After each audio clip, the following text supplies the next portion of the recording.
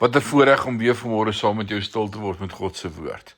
Vanmôre wil ek vir jou sê, spreek geloof. Hoor wat leer ons uit Markus 11 vers 23.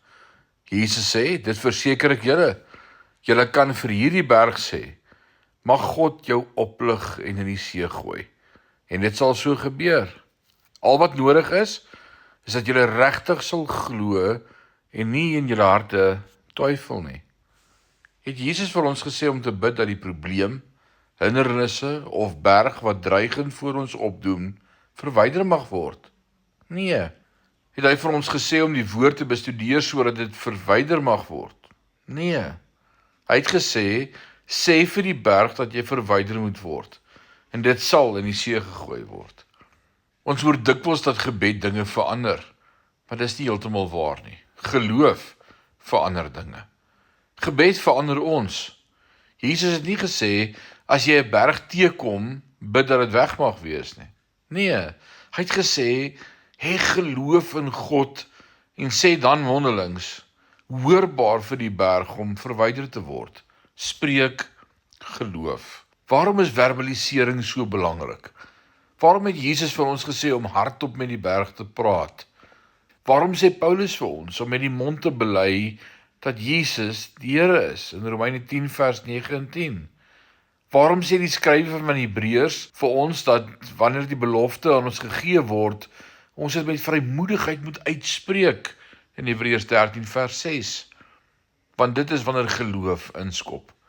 Dit is maklik vir my om stil te dink of innerlik te bid, dat die berg verskuif word. Want as dit dan nie verskuif nie, sal niemand weet, dat ek anders gebid het nie. Daar is geen stap van geloof, geen risiko betrokke as ek nie praat nie. Watter berg is dit wat jou intimideer?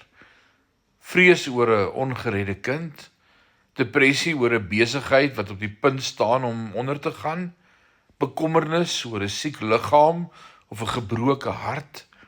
Jesus sê vir jou en my, om dit openlik in die ore van ons kinders, ons ouers, ons maats en ons kollegas te sê, gaan weg.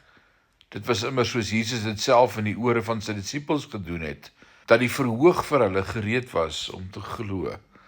Miskien bid jy intens en hoop jy passievol dat 'n sekere probleem of 'n sekere situasie op een of ander manier opgelos sal word. Maar die feit is, Jesus het gesê, dit is nie genoeg om net te hoop of selfs te bid nie. Inteendeel, vir watter berg jy ook al intimideer of ontmoedig, moet jy in geloof mondeling sê, gaan weg, word verwyder, word in die see gegooi, en kyk dan wat gebeur. Mag die Here jou help in hierdie dag om te spreek, dit wat jy in jou hart glo. Amen.